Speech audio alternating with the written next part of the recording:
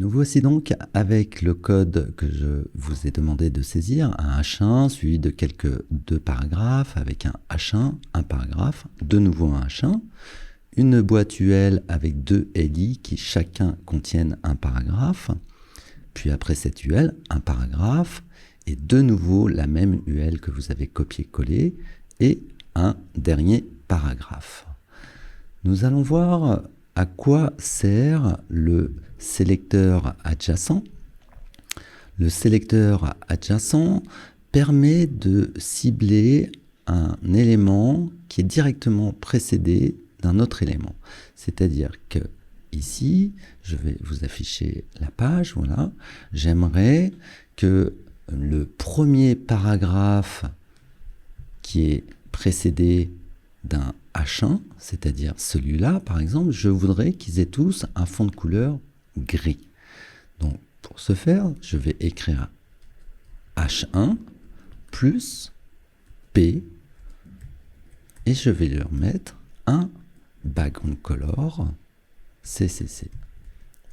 Regardez, dans le navigateur, nous avons bien ce paragraphe qui est précédé d'un H1 et ce paragraphe qui est précédé d'un H1.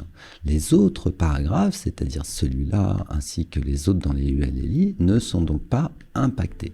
Donc c'est extrêmement intéressant d'utiliser le sélecteur adjacent dans le cas où vous ne voulez pas utiliser une classe pour mettre un fond de couleur ou mettre un texte en gras, etc.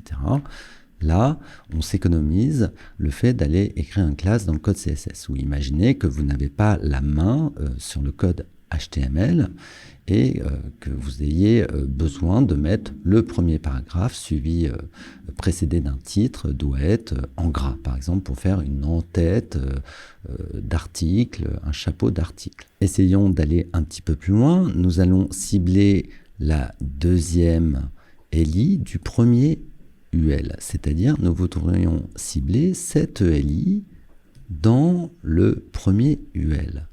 Donc comment faire pour cibler celle-là et non celle-là, puisque c'est seulement la première.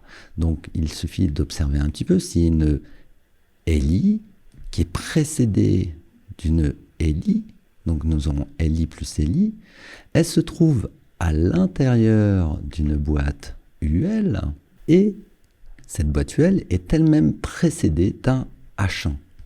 Si nous regardons au niveau de notre code HTML, ici, la particularité de cette UL, donc nous voulons cibler cette ELI qui est précédée d'une autre ELI, qui est à l'intérieur d'une UL et qui est précédée d'un H1. Donc nous allons avoir H1 plus UL. Nous utiliserons le sélecteur hiérarchique, donc espace ELI, plus ELI, nous atteignons enfin la deuxième ELI. Écrivons ce code, H1 plus UL, espace ELI, sélecteur hiérarchique, je rentre dans la UL, je cible le premier ELI, puis j'atteins le deuxième ELI. Là, je vais lui mettre la couleur blue, par exemple. Enregistrons, ça y est, nous avons réussi à atteindre la deuxième ELI, la première UL. Là, nous aimerions également, par exemple, cibler le paragraphe qui se trouve ici, entre les deux LI. Donc n'hésitez pas à faire une pause pour essayer de chercher par vous-même et revenez sur la vidéo pour avoir la solution. Passons à la solution. Donc ce paragraphe, où se trouve-t-il? Il se trouve précédé d'une UL et d'un H1. Dans le reste de la page, nous n'avons pas ce cas spécifique. Donc si je tape H1 plus UL plus P, j'atteins bien normalement ici H1 plus UL plus P, j'atteins ce paragraphe. Ici, je vais le mettre de couleur rouge. Voilà, nous avons donc atteint ce paragraphe et en aucun cas les autres paragraphes de la page.